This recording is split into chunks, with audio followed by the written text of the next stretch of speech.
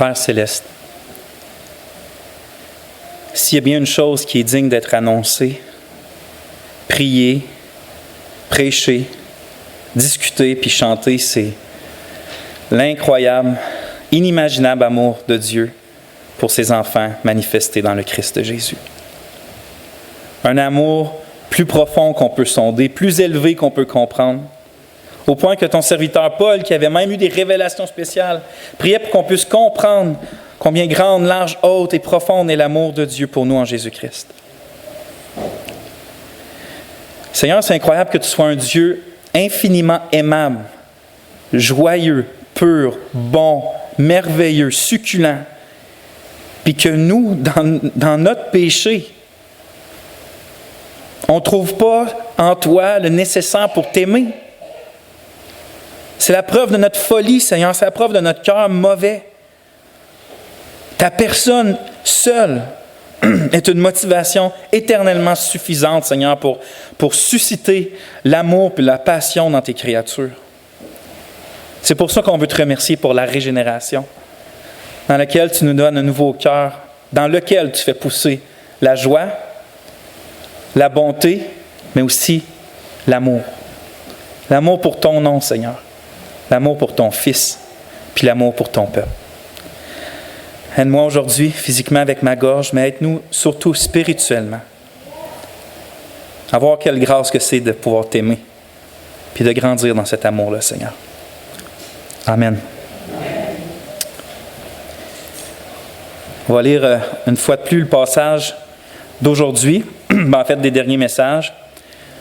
Pierre, dans sa première épître, écrit à partir du verset 6, « En cela, vous vous réjouissez, tout en étant affligés maintenant pour un peu de temps par diverses épreuves, si cela est nécessaire, afin que la mise à l'épreuve de votre foi, bien plus précieuse que celle de l'or qui périt, qui pourtant est éprouvé par le feu, se trouve être un sujet de gloire, d'honneur, de louange, de gloire et d'honneur dans la révélation de Jésus-Christ. Lui que, aujourd'hui on se concentre là-dessus, lui que, sans l'avoir vu, vous aimez, et croyant en lui, bien que maintenant vous ne le voyez pas, vous vous réjouissez d'une joie ineffable et glorieuse, recevant ce qui est le but de votre foi, le salut de l'âme.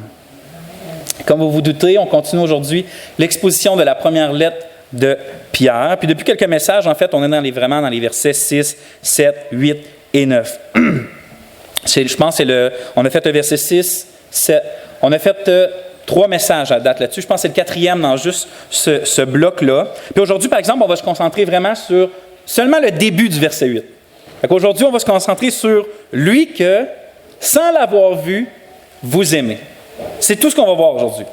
On n'arrête pas là, il y a beaucoup de choses à dire là-dessus. C'est pour ça que mon message s'appelle « Aimer Christ ». Puis évidemment, aimer Christ, ce sujet-là, c'est un énorme sujet. C'est plus qu'un énorme sujet, on pourrait sonder ça pour l'éternité. On pourrait sonder pour l'éternité, et on va en fait sonder pour l'éternité. Qu'est-ce que c'est d'aimer Christ? Mais on va plus que le sonder, on l'expérimente déjà, puis on va l'expérimenter pour toujours. Mais c'est un sujet vraiment important, pas juste parce que Christ est le sujet le plus aimable à aimer, mais parce que notre vie spirituelle, notre éternité dépend à savoir si on aime Christ ou si on ne l'aime pas. Donc évidemment, on ne va pas voir tout ce qu'il y a à voir là-dessus un message, mais j'espère que dans notre exposition du verset 8, Dieu va nous aider à comprendre un peu plus qu'est-ce que c'est l'amour pour Christ ou envers Christ. Mais avant d'aller exposer plus en détail le verset 8, j'aimerais ça qu'on se rappelle un peu ce que Pierre parle depuis le début de sa lettre. En fait, depuis le début de sa lettre, l'apôtre Pierre est dans le descriptif. Il décrit quoi? Il décrit bénédiction après bénédiction, privilège après privilège des chrétiens auxquels il écrit. Il va les nommer un après l'autre. Il ne peut pas s'empêcher. Il commence, il dit qu'ils sont élus. Après ça, ils sont régénérés. Ils ont une espérance vivante. Ils ont un héritage incorruptible. Verset 5, ils sont gardés par la puissance de Dieu pour le salut qui est prêt à être révélé. Ça, c'est toute bénédiction après bénédiction, privilège après privilège que Pierre nomme. Puis à partir du verset 6, il mentionne que c'est justement ces bénédictions-là, ces privilèges-là célestes qui est en quelque sorte la source de leur joie. C'est pour ça qu'au verset 6, il dit « En cela, vous vous réjouissez, tout en étant affligés maintenant pour un peu de temps par diverses épreuves. Fait que, malgré l'épreuve terrestre, à cause des privilèges et des bénédictions célestes qu'ils ont en Jésus-Christ, de par leur élection puis l'œuvre du Christ, ben, ils sont capables de se réjouir parce que cette joie-là vient d'en haut et non d'en bas. Donc, même s'ils perdent tout en bas, ils ont tout en haut. Puis en cela, leur joie demeure même dans l'affliction. Mais Pierre continue, puis au verset 7, ce qu'on a vu, c'est qu'il ne fait pas juste dire que leur joie sont joyeux parce qu'ils sont capables de voir par-dessus l'épreuve, puis de fixer les yeux en haut, puis de dire, malgré que je suis dans l'affliction ici, j'ai ça en haut, donc je me réjouis. Ça, c'est vrai, verset 6. Mais verset 7, il va plus loin. Il dit que pas juste au-dessus de l'épreuve qu'on se réjouit, mais même dans l'épreuve et à cause de l'épreuve. Pourquoi? Parce que l'affliction elle-même est utilisée de Dieu pour purifier notre foi et authentifier notre foi. C'est ce qu'on a vu dans le dernier message quand on a exposé le verset 7. Hein, pour prouver que notre foi, qui nous attache à Christ par lequel on a toutes les bénédictions, que cette foi-là est authentique et que cette foi-là demeure d'être authentique pour toujours. Fait que dans le fond, autrement dit, Dieu utilise les épreuves pour nous garder jusqu'à la fin, pour nous faire persévérer jusqu'à la fin. Parce que vous savez, c'est facile de se faire croire qu'on appartient à Christ par la foi quand tout va toujours tout le temps bien. Mais quand le soleil de l'adversité, dans sa chaleur, se lève à l'horizon, quand que les corbeaux de la tentation viennent nous assaillir, puis quand même les ronces des soucis de ce siècle cherchent à nous étouffer, est-ce que notre foi continue réellement de grandir et de porter du fruit pour la gloire de Dieu? C'est une des raisons pourquoi Dieu utilise les souffrances, c'est que justement, il veut préserver cette foi-là, il veut former cette foi-là, il veut purifier cette foi-là. Et donc, Dieu utilise les souffrances afin de nous garder dans la vraie foi et de nous garder d'une foi morte. C'est en cela que les souffrances sont même des bénédictions. Pas pour les souffrances en elles-mêmes, pour ce que Dieu en fait. Et là, on arrive finalement au verset 8 qu'on va voir aujourd'hui. Puis Pierre décrit une autre fois les chrétiens d'Asie mineure, auxquels il écrit, d'une façon extraordinaire. Il est décrit d'une autre chose. Donc non seulement ces chrétiens-là se réjouissent même dans l'épreuve, mais Pierre dit qu'ils aiment Christ même s'ils ne l'ont pas vu. Hein? En lui que, sans l'avoir vu, vous aimez. Puis peut-être qu'on ne voit pas trop le lien entre le verset 7 par rapport à l'épreuve de notre foi, puis le verset 8, mais je vais essayer de vous le montrer parce que je pense qu'il est assez clair quand même. Regardez la manière que Pierre finit le verset 7. Il dit, que l'épreuve de notre foi sert à quoi? Il va dire, notre foi est éprouvée pour qu'elle se trouve être un sujet de louange, de gloire et d'honneur dans la révélation de Jésus-Christ. Donc, regardez le lien. Un jour, là, Christ va nous apparaître.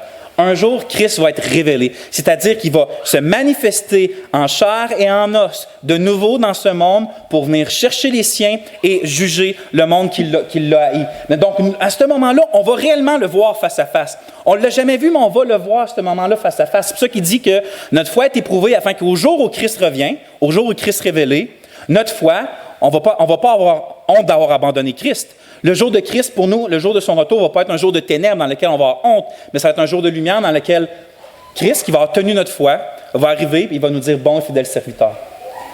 Donc ce jour-là, on va le voir un jour. Mais ce n'est pas parce qu'on ne l'a pas vu dans ces jours terrestres pendant qu'il était sur la terre comme les apôtres, et ce n'est pas parce qu'on ne le voit pas présentement dans l'affliction qu'on n'a pas d'expérience présente et glorieuse avec lui. Hein? Pierre écrit que même si les chrétiens ne l'ont pas vu, c'est-à-dire dans le passé, ils l'aiment présentement. Et là, il dit, et croyant en lui, présentement, même si maintenant vous ne le voyez pas. Fait que ces chrétiens-là expérimentent quelque chose avec Christ. Ils l'aiment, ils le voient, puis ça fait quoi? Ça les remplit d'une joie ineffable et glorieuse. C'est la continuité du verset 8. Donc, en d'autres mots, pour résumer ça, la vie chrétienne, c'est pas juste, vous savez, une attente douloureuse des bénédictions futures. En partie, c'est ça. En partie, nous souffrons comme des pèlerins sur la terre, loin de notre maison, jusqu'à temps que notre Père vienne nous rejoindre dans la personne de son Fils. Donc, en partie, nous souffrons et attendons le futur. Mais la vie chrétienne n'est pas que ça. La vie chrétienne n'est pas qu'attente et souffrance. Puis Pierre, ce qu'il est en train de montrer, c'est que la vie chrétienne, c'est aussi une expérience présente de foi, d'amour puis de joie qui vient d'une relation extraordinairement époustouflante avec la personne de Jésus-Christ. Donc, ce n'est pas que dans le futur. C'est pas juste, il nous donne un ticket du salut, on le met dans nos poches, on vit comme tout le reste de la planète sur cette terre-là, puis on attend le paradis qui s'en vient. Non, non, non, non. C'est une expérience présente de foi, d'amour et de joie, selon Pierre. C'est pour ça que, donc oui, on s'exclame avec lui. Lui que, sans l'avoir vu, vous aimez et croyant en lui, bien que maintenant vous ne le voyez pas, vous vous réjouissez d'une joie ineffable et glorieuse, recevant, c'est au présent, on va le voir ça dans les prochains messages, mais recevant ce qui est le but de votre foi, le salut de l'âme. Je vais prier rapidement, puis on va creuser un peu plus ce verset 8 ensemble. Oh Seigneur, que ton esprit nous ouvre ta parole comme un livre, puis ouvre notre intelligence pour qu'on comprenne, puis notre cœur, pour qu'on saisisse avec foi et vérité, et que ça revienne en louange et en amour pour ton nom, Seigneur. Amen. Donc, il est écrit, lui que, sans l'avoir vu, vous aimez. Et donc, l'une des premières choses qui ressort du texte est assez évident, c'est que le chrétien aime Jésus-Christ. Et c'est mon premier point, c'est le chrétien aime Christ. Puis, vous savez, encore une fois, comme j'avais dit par rapport au verset 6, le premier point que j'avais dit au verset 6, quand c'est écrit en cela, vous vous réjouissez, j'avais dit la première chose qui ressort de ça, c'est peut-être simpliste, mais c'est que le peuple de Dieu, les chrétiens, sont un peuple joyeux. Mais encore là, puisque Pierre décrit ce que les chrétiens sont, bien, les chrétiens, c'est un peuple qui aime Jésus-Christ. Puis là, comme j'ai dit, peut-être quelqu'un trouve ça simpliste, mais je te l'avoue, c'est peut-être simple, mais ce n'est pas simpliste. C'est une vérité simple, mais quand je dis qu'elle n'est pas simpliste, c'est que ce n'est pas quelque chose sans importance ou qu'il n'y a pas de poids ou des conséquences éternelles. Je vous rappelle que ce qui est intéressant dans les 12 premiers versets de l'Épître d'1 Pierre, c'est que, je vous le répète à chaque message, mais ça va rentrer, pas finir comme si ça ne rentrerait pas, mais ça va rentrer, c'est que dans les 12 premiers versets, il n'y a pas de verbe à l'impératif, c'est-à-dire qu'il n'y a pas d'appel à l'action de la part de ses lecteurs. Il ne demande jamais d'action. Il est dans le descriptif. Donc, par exemple, au verset 6, il ne va pas dire « Réjouissez-vous dans le Seigneur » ou « Réjouissez-vous même si vous êtes dans l'affliction ». Il va simplement décrire ce que les chrétiens font déjà. « En cela, vous vous réjouissez ». Et donc, il décrit le chrétien. Il dit à quoi le chrétien ressemble quand il le regarde. Et là, oui, peut-être qu'il parle des chrétiens d'Asie mineure, mais il parle en réalité de tous les chrétiens. Il décrit ce que c'est un chrétien. Dans le fond, moi, je pense que ce qu'il est en train de faire, Pierre, c'est vraiment ce que je pense, c'est qu'il essaye de les encourager, ces chrétiens-là d'Asie mineure qui sont persécutés, en leur démontrant que lui, l'apôtre, voit en eux la grâce puissante et agissante de Dieu qui transforme un cœur. Il voit les résultats de l'Évangile dans leur vie. Il voit les résultats de la grâce de Dieu dans leur vie. C'est pour ça qu'il va dire au verset 3 qu'ils sont régénérés. Pour une espérance vivante. Ils ont été régénérés, sont nés de nouveau, c'est des nouvelles personnes. Puis à partir de là, il décrit plein de fruits dans leur vie. En fait, à sa façon, je pense que Pierre fait ce que Paul a fait avec les Thessaloniciens au chapitre 1, versets 3 à 7. Il commence comme ça, Paul. Il parle qu'il fait sans cesse des prières pour eux, puis il bénit Dieu, parce qu'il dit que Dieu, je vais le lire à la place de dire n'importe quoi, il dit que Dieu nous rappelant sans cesse l'œuvre de votre foi, le travail de votre amour et la fermeté de votre espérance en notre Seigneur Jésus-Christ devant Dieu notre Père. Nous savons, c'est une certitude ce mot-là, nous savons, frères bien-aimés de Dieu, que vous avez été élus. Notre évangile ne vous a pas été prêché en parole seulement, mais avec puissance, avec l'Esprit Saint et avec une pleine persuasion. Et vous-même, vous avez été mes imitateurs et ceux du Seigneur en recevant la parole au milieu de beaucoup d'afflictions, avec la joie du Saint-Esprit, en sorte que vous êtes devenus un modèle pour tous les croyants de la Macédoine et de l'Achaïe. Vous voyez, Paul il pouvait dire, nous savons, nous les apôtres, que vous êtes des élus de Dieu. Mais pourquoi il pouvait savoir ça? Est-ce qu'il voit dans le livre de l'agneau qui est écrit à côté du trône? Non, ils ne peuvent pas voir là. Pourquoi il peut dire avec autant de certitude, nous savons que vous êtes les élus de Dieu? C'est parce qu'ils voyaient des fruits dans leur vie. Ils voyaient premièrement qu'ils avaient reçu pleinement l'Évangile, avec conviction, qu'ils espéraient parfaitement dans la personne de Jésus-Christ, qu'ils se réjouissaient par l'Esprit même dans l'affliction, puis qu'ils travaillaient avec amour. En voyant ces fruits-là qui ne peuvent que venir d'une personne régénérée, il disait, nous savons que vous êtes élus. Et Pierre, à la même façon, vous vous souvenez au verset 1, il va dire, qui écrit aux élus, qui sont étrangers dans l'Asie mineure. Fait que Pierre aussi est capable de dire que ses lecteurs sont élus. Pourquoi? C'est parce que lui aussi, il voit ses lecteurs, ses destinataires, comme étant des gens qui se réjouissent malgré la fiction, qui ont une espérance dans l'héritage futur et qui aiment le Seigneur Jésus-Christ. Ainsi, l'une des marques distinctives du peuple de Dieu, qui fait que ça, je suis capable de voir que c'est un chrétien, ça, ce ne l'est pas. Voici l'Église, voici le monde. Une des marques distinctives, c'est quoi? C'est l'amour pour Dieu, c'est l'amour pour Christ. Voilà un des fruits qui démarque vraiment entre le peuple du serpent puis le peuple du roi. Maintenant, la question, c'est, est-ce que toi, tu aimes Jésus-Christ? Parce que c'est une question existentielle. Vous voyez peut-être un peu plus pourquoi c'est une question existentielle maintenant. Je vais vous montrer en fait pourquoi. Parce que ceux qui n'aiment pas Jésus-Christ, c'est simple. Ils ne sont pas de Christ. C'est-à-dire qu'ils ne sont pas chrétiens. Ceux qui n'aiment pas Christ ne sont pas chrétiens. Puis on va bientôt définir ce que c'est l'amour, parce que c'est tellement important comme question qu'il faut savoir de quoi qu'on parle quand on parle d'amour pour Dieu. Mais laissez cette vérité-là mijoter un peu plus dans votre cœur. Le fait que si on n'aime pas Christ, nous ne sommes pas chrétiens. Parce que remarquez le lien que Pierre fait entre l'héritage futur, entre notre salut futur, entre la venue du Christ et notre amour pour lui. Au verset 7, le but des épreuves, comme on a vu, c'est afin que la foi des chrétiens se trouve être un sujet de louange, de gloire et d'honneur dans la révélation de Jésus-Christ. Lui que, sans l'avoir vu, vous aimez. C'est-à-dire que ceux qui reçoivent louange, gloire et honneur au retour du Seigneur Jésus-Christ, c'est les mêmes qui aiment Jésus sans l'avoir vu. Ce n'est pas tout le monde qui reçoit honneur, gloire et louange. Vous, lui que, sans avoir vu, vous qui? Vous l'aimez, ceux qui l'aiment. Dit négativement, on pourrait dire que ceux qui présentement n'aiment pas le Seigneur Jésus-Christ ne recevront pas louange, gloire et honneur lorsqu'il reviendra, mais plutôt quoi? Reproche, honte et condamnation. Puis il ne faut pas s'étonner de ça, frères et sœurs, comme si ce serait quelque chose. Ah ouais? Il ne faut pas s'étonner, je veux dire, c'est l'évidence même. Est-ce que le Père, d'amour et de gloire, va récompenser ceux qui n'aiment pas le Seigneur Jésus-Christ qui est venu dans le monde donner sa si précieuse vie pour que justement les pécheurs puissent être réconciliés, pardonnés puis justifiés devant Dieu?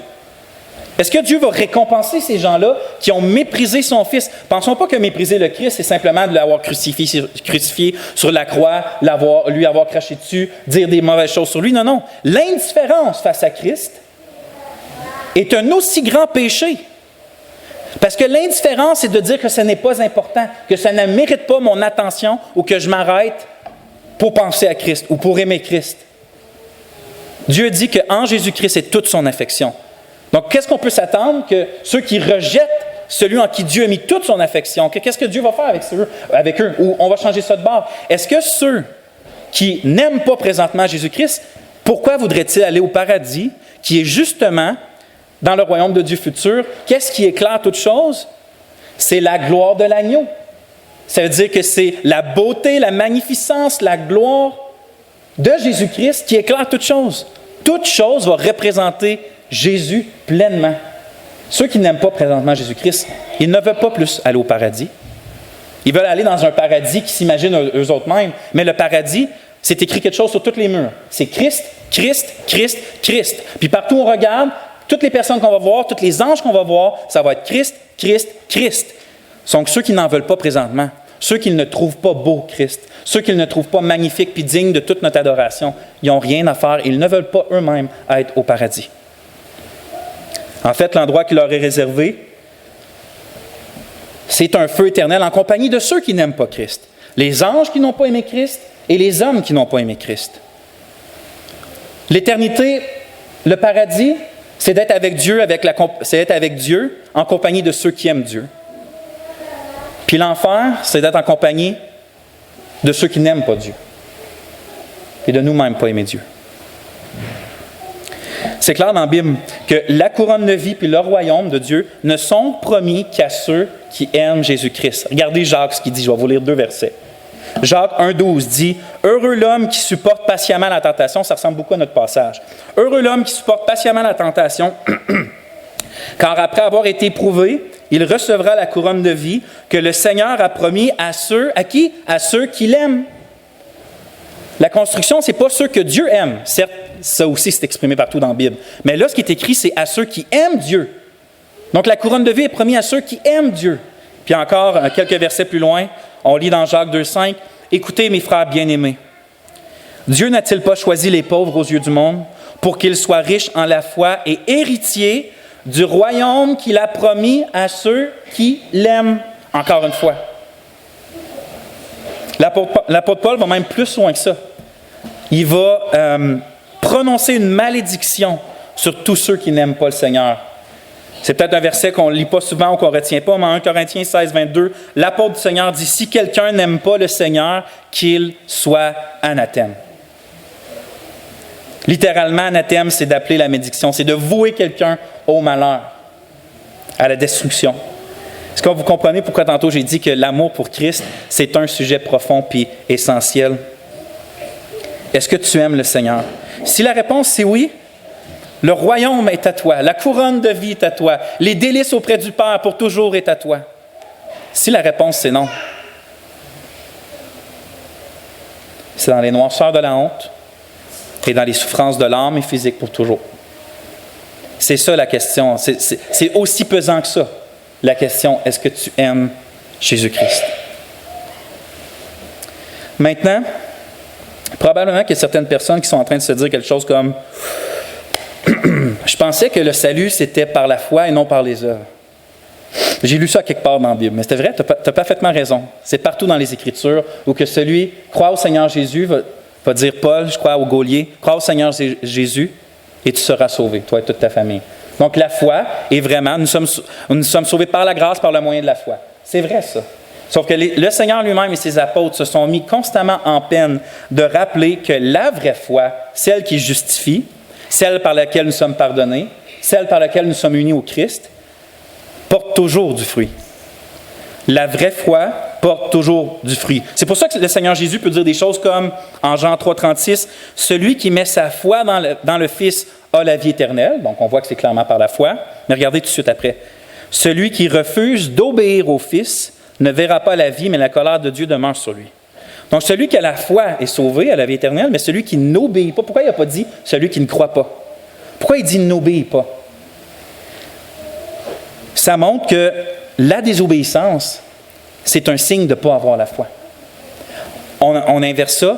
La foi par laquelle nous avons la vie éternelle est une foi obéissante. Pas une obéissance parfaite, mais dans sa nature, cette foi-là, dans cette qualité de vraie foi-là, c'est une foi, puisqu'elle fait confiance au Seigneur, puisqu'elle s'appuie sur le Seigneur, puisqu'elle croit que le Seigneur est vrai, puis ce qu'il dit est vrai, c'est une foi qui va chercher à obéir au Seigneur, l'objet de sa confiance. L'apôtre Paul, de son côté, se met aussi en peine de démontrer que nous sommes justifiés, oui, par la foi et non sans les œuvres. Il va attaquer férocement ceux qui disent le contraire. Mais regardez bien, dans une discussion avec des gens qui voulaient ramener les chrétiens à la circoncision, il dit, en Galates 5,6, « Car en Jésus-Christ, ni la circoncision, ni l'incirconcision n'ont de valeur. » Fait que ce n'est pas l'obéissance à la loi, ni même les rites de la loi qui ont de l'obéissance, qui ont de la valeur en Jésus-Christ. Mais seulement la foi qui est agissante par l'amour.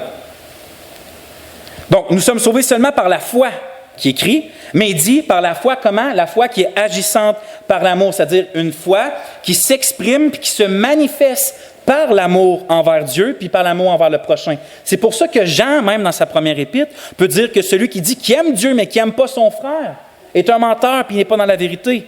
Puisque la vraie foi, c'est facile de dire aimer Dieu parce qu'il est invisible, mais la vraie foi, c'est celle qui va aimer Dieu et qui va manifester cet amour-là en plus en aimant son peuple. Ça montre que la vraie foi a produit toujours des bonnes choses et que ces bonnes choses-là sont, par exemple, l'amour et l'obéissance. Il n'est pas donc surprenant de voir dans notre passage que Pierre aussi, il va lier étroitement foi puis amour. On lit « Lui que sans avoir vu, vous aimez croyant en lui. » Et croyant en lui, même si maintenant vous ne le voyez pas. Voyez-vous? Lui, donc, en quelque sorte, comme les chrétiens ont confiance en Jésus-Christ, ont la foi en Jésus-Christ même sans le voir. Les chrétiens qui n'ont pas vu Christ l'aiment. Pourquoi? Parce qu'ils l'aiment par la foi. Ils l'aiment dans la foi. Et donc, même si Christ est invisible, ils l'aiment quand même puisqu'ils l'aiment dans la foi. Tout ça pour dire que l'amour, c'est un signe distinctif du peuple de Dieu, pas parce qu'on est sauvé en aimant. C'est pas écrit « Aime le Seigneur Jésus, tu seras sauvé ». Mais parce que l'amour est un fruit de la vraie foi par lequel nous sommes sauvés. Thomas Watson disait « La foi et l'amour sont les deux pôles sur lesquels tourne toute la religion. »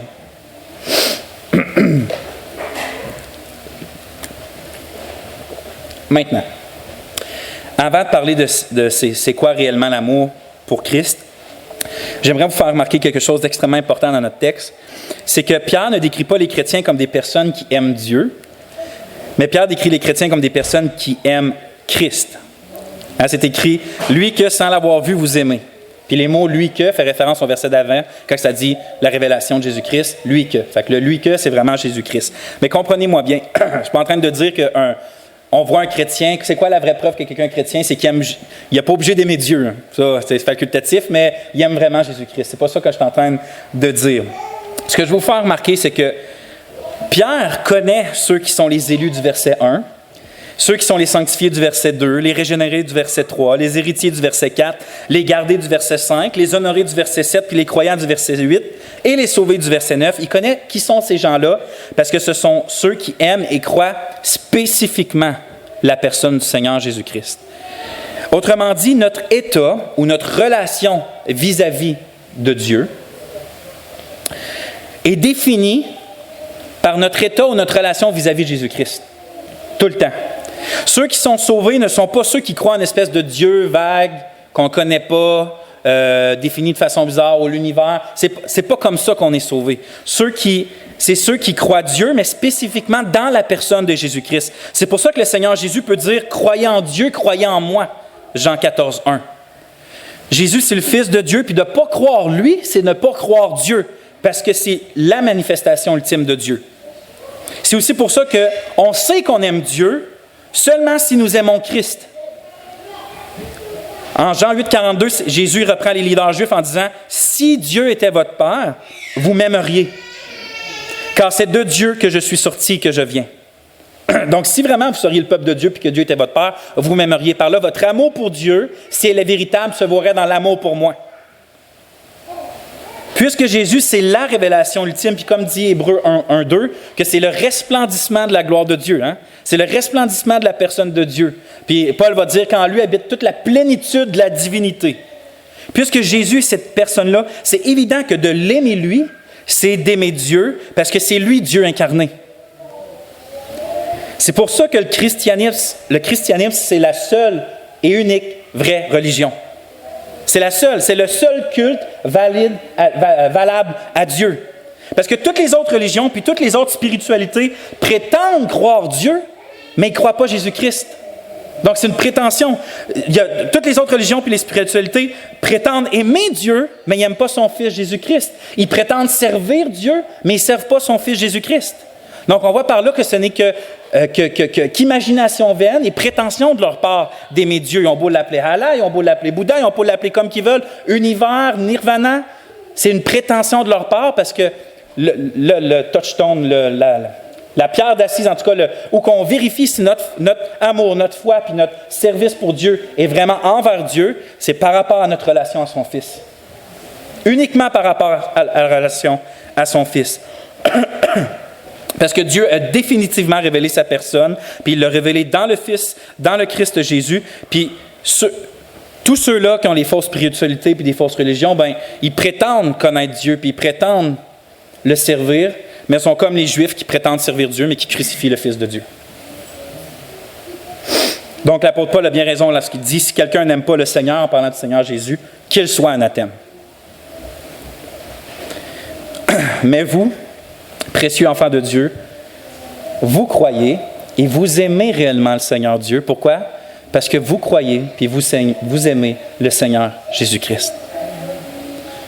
On va aller à mon deuxième point, qui va avoir plein d'autres points aussi, qui est « Qu'est-ce qui aimait Christ? » Pourquoi moi je peux vous dire aujourd'hui « Vous aimez Christ? » Puis comment vous pouvez répondre à cette question-là? Est-ce que j'aime Christ? Parce que c'est bien beau d'avoir parlé pour pas mal de minutes maintenant sur l'importance cruciale de savoir qu'on aime Christ puis tout ça, mais encore faut-il définir qu'est-ce que c'est l'aimer. À cette question-là, je vois deux réponses. Excusez, je vais boire plus d'eau pour le reste de mon message. Je vois deux extrêmes dans le monde évangélique, que je déteste autant en passant. Il y en a un qui répond, pour répondre à la question, c'est quoi aimer? C'est quoi aimer Dieu? D'un côté, ce que j'appelle le sentimentalisme. Ça, c'est que ça rabaisse l'amour de Dieu, ou l'amour pour le prochain même, à un sentiment, à une émotion. J'aime dans mon cœur. C'est ça le sentimentalisme. C'est que tant que tu ressens de l'amour, tant que tu dis que tu aimes, c'est ça de l'amour, c'est d'être passionné comme ça. Mais la Bible est claire que l'amour, c'est pas mal plus que ça, parce que Jean dit « Petit enfant, n'aimons pas à parole et avec la langue, mais en action et avec vérité. » Hein? Fait que l'amour ne fait pas que ressentir. De l'autre bord, l'autre extrême, puis souvent en réponse au sentimentalisme, c'est ce que j'appelle, ou ce que je nomme les pragmatistes. Eux, ils disent que l'amour, c'est pas un sentiment, mais que c'est une action. Puis comme preuve ultime de leur pensée, ils citent 1 Jean 5,3 qui dit « Car l'amour de Dieu consiste à garder ses commandements. » Fait que pour eux, l'amour, c'est pas un sentiment, c'est simplement un devoir. Hein, c'est d'obéir. Quand tu obéis aux commandements du Seigneur, tu aimes le Seigneur. C'est ça l'amour. C'est que tu ressens des sentiments ou non, c'est pas ça l'amour. L'amour, c'est l'action, c'est les devoirs. Comme je vous ai dit, je déteste ces deux extrêmes-là, parce que je trouve vraiment que la vérité se trouve plutôt entre les deux. C'est que l'amour, c'est vrai.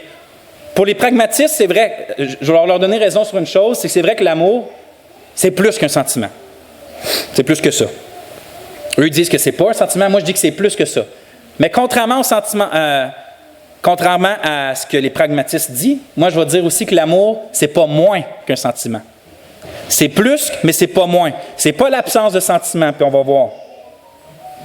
Parce que, si je donne l'exemple de mon fils Noam, exemple, vous pensez à votre fils ou votre fille qui vient vous voir et vous dit « Je vous aime papa, je vous aime maman », mais qui écoute absolument rien de ce que vous dites. Est-ce qu'on est tous dans le même bateau? Hein? Ils sont tous comme ça, les enfants, comme Gérard a dit? Non, c'est pas vrai, mais vous savez qu'ils ne nous écoutent pas. Est-ce qu'ils nous aiment vraiment? Ils ont beau nous dire chaque jour qu'ils nous aiment, mais s'ils nous obéissent jamais, est-ce que c'est de l'amour? Non. À l'inverse, si Pasteur Gérard, lors du 50e, c'est-tu le 50e que vous avez fêté bientôt? C'est ça? Bientôt, ils vont fêter leur 50e anniversaire de mariage avec Gaétane. Si cette journée-là fatidique, Gérard arrive avec des fleurs envers Gaétane, puis il lui dit « Tiens, je t'ai acheté des fleurs parce que c'est mon devoir. » Puis qu'il lui exprime aucun amour. C'est pas parce que je ressens de l'amour pour toi, c'est vraiment, c'est mon devoir de mari. Est-ce que Gaétane va être contente de ça? Gérard ne fait pas ça si c'était ton idée. Pourquoi? Parce que l'amour, c'est plus qu'un devoir. Ça ne se résume pas à simplement un devoir, à de l'action. C'est plus qu'aimer. C'est plus que simplement agir. Puis c'est la même chose avec le Seigneur. Obéir n'équivaut pas à aimer. Quand Jésus il dit « Celui qui a mes commandements et qui les garde, c'est lui qui m'aime » en Jean 14, 21, il ne veut pas dire que le simple fait d'obéir des commandements équivaut à l'aimer. Ce n'est pas ça qu'il est en train de dire. Il veut simplement dire que celui qui l'aime véritablement va manifester cet amour-là en obéissant. Mais il n'équivaut pas aimer puis obéir au point que c'est la même chose. Puis c'est logique. Celui qui désobéit à Christ peut-il vraiment dire qu'il l'aime? Puisque celui qui aime Jésus, il fait confiance en Jésus, il veut voir Jésus briller, il veut pas désobéir. Fait que celui qui aime vraiment va obéir. Donc, on voit que l'obéissance aux commandements et aux préceptes, oui, c'est une marque d'amour pour Christ, mais encore là, ce n'est pas l'amour en lui-même. C'est une marque de cet amour-là.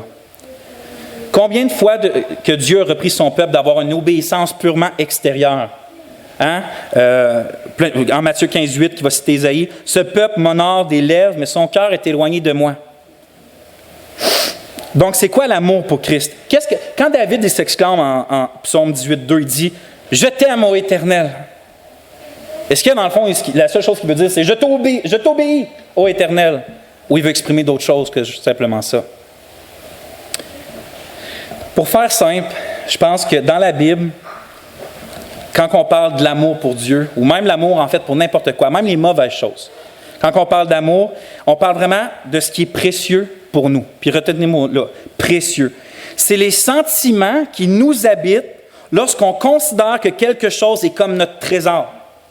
Fait que c'est pas juste un sentiment, parce que c'est quand on considère dans notre pensée avec notre intelligence que quelque chose est précieux, Nous avons des désirs vers cette chose-là désirable et ce désir-là conduit notre volonté. Fait que c'est vraiment, ça implique tout le cœur humain qui est la pensée, les affections et la volonté. Mais l'amour, c'est vraiment au plus simple, ça se résume à je trouve quelque chose de désirable et donc j'ai des désirs vers cette chose-là. Ça, c'est l'amour. On peut l'appeler amour, on peut l'appeler désir, appelez-le comme vous voulez, mais je pense vraiment que la Bible décrit l'amour par ce désir-là qu'on porte vers quelque chose.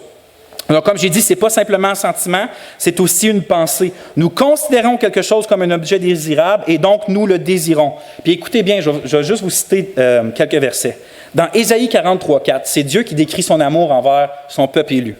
Puis il lui dit, « Parce que tu as du prix à mes yeux, tout à l'heure, parce que tu es honoré et que je t'aime. » Voyez-vous, dans la même phrase, tu as du prix, je t'aime.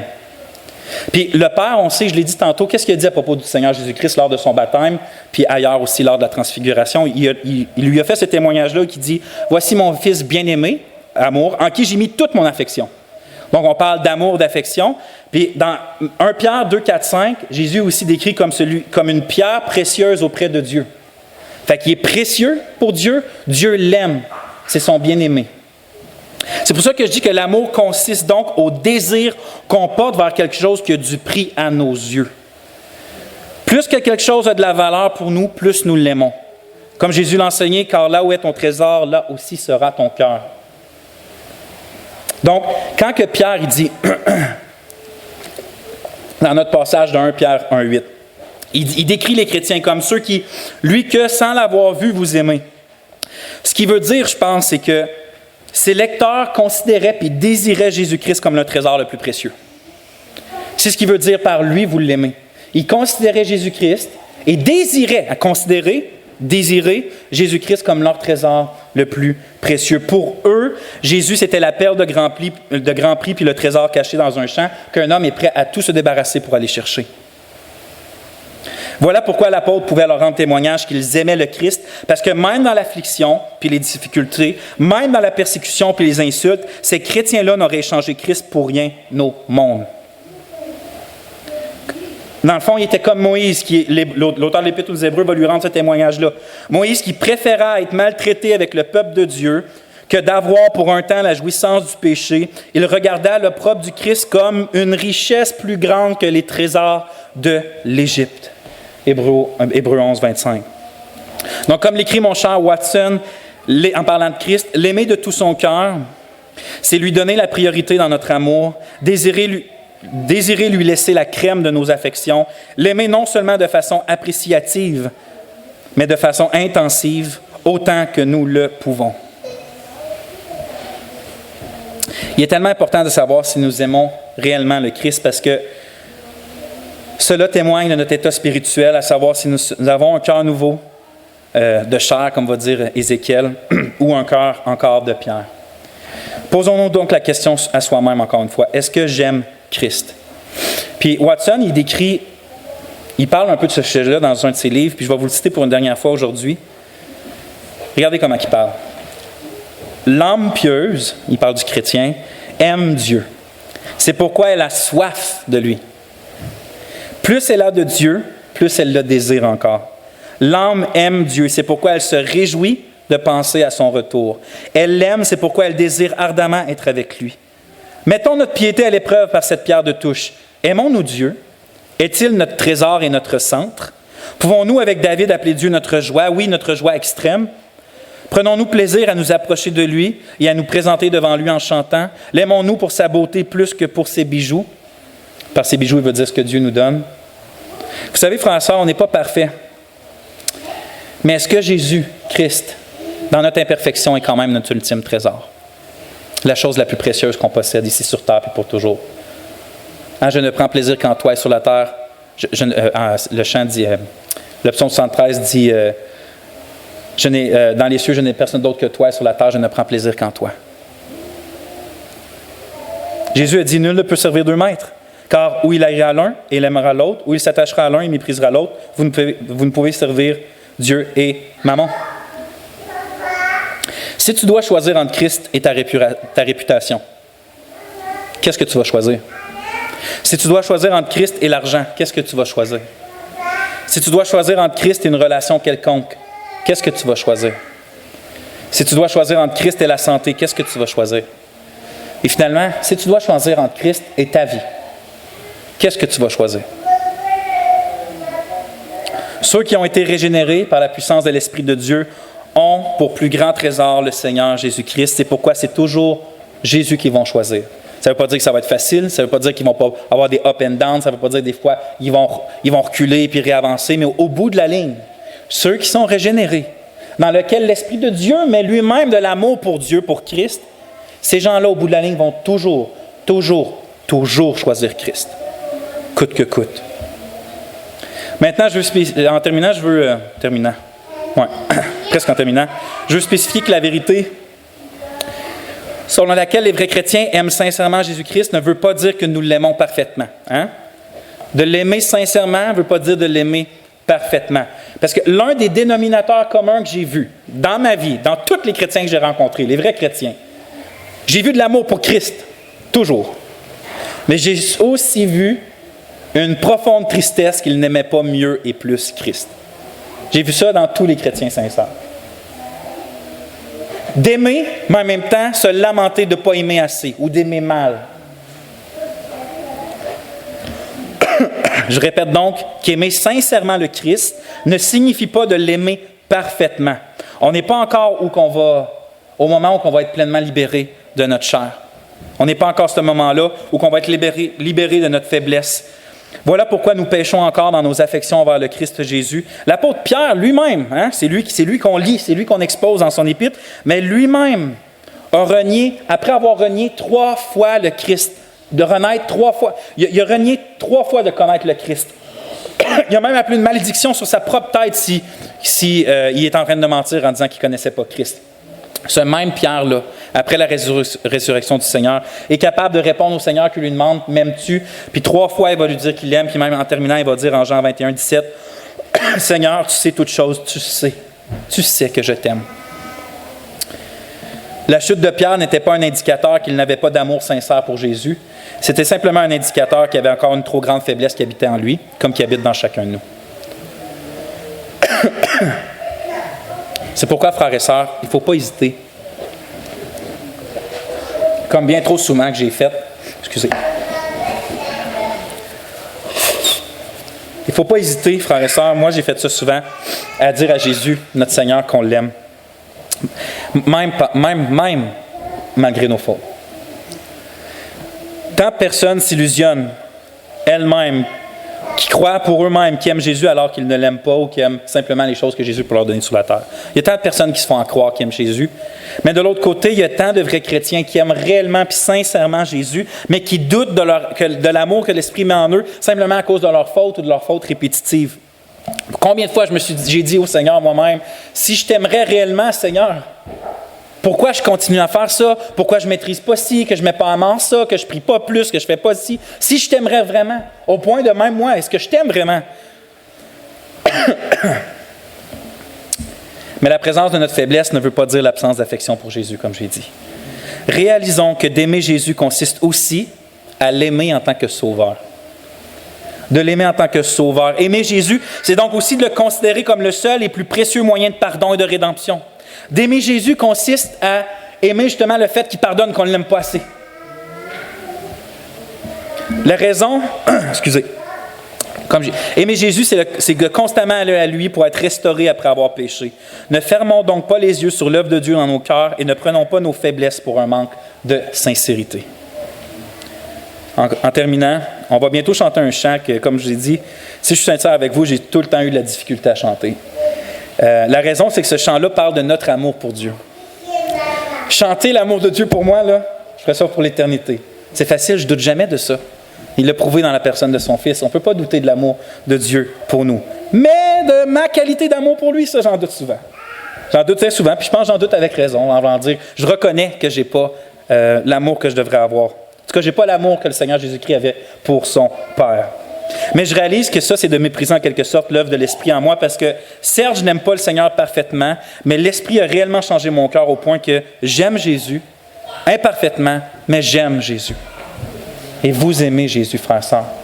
Pourquoi vous êtes là ce matin si ce n'est pas parce que vous aimez Jésus? Pourquoi vous demeurez pas, vous persévérez, même quand vous péchez, à venir à Christ si vous n'aimez pas Jésus? C'est parce que vous l'aimez. Pourquoi vous n'abandonnez pas le Christ? Même dans l'épreuve, c'est parce que vous l'aimez.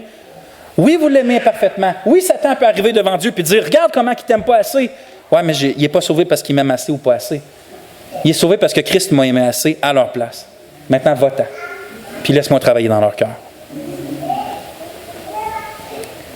Je l'aime en tant que créateur, vous l'aimez en tant que créateur, on l'aime en tant que roi, on l'aime en tant que sauveur, on l'aime en tant que souverain sacrificateur, on l'aime en tant que sacrifice pour nos péchés.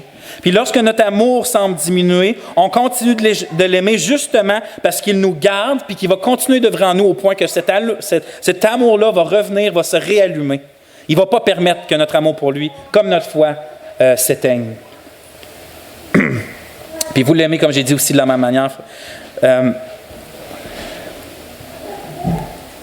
Regardez, on va finir avec notre verset d'aujourd'hui. Je peux vous regarder droit dans les yeux, puis vous dire, frères et sœurs, que lui que sans l'avoir vu, vous aimez. Réjouissez-vous là-dedans. On va prier. Seigneur, par David, tu dis, « Je t'aime, ô Éternel, ma force. » Et si souvent j'ai eu de la difficulté à dire ça, mais aujourd'hui, on veut te dire, oh Seigneur Jésus, que nous t'aimons. Nous t'aimons pour tout ce que tu es, pour ta beauté, ta gloire, ta souveraineté. On t'aime pour ton œuvre. On t'aime parce que tu nous as aimés, Seigneur. On t'aime parce que tu réponds à nos prières, parce que tu nous diriges, puis parce que tu nous fais persévérer jusqu'à la fin. On t'aime parce que tu es le plus aimable, puis le seul, en fait, qui mérite d'être aimé. Donc, Seigneur, les disciples te disaient, apprends-nous à prier, puis ailleurs, certains t'ont dit, augmente ma foi. Nous, Seigneur, on te dit, augmente notre amour pour toi. À ta gloire. Amen.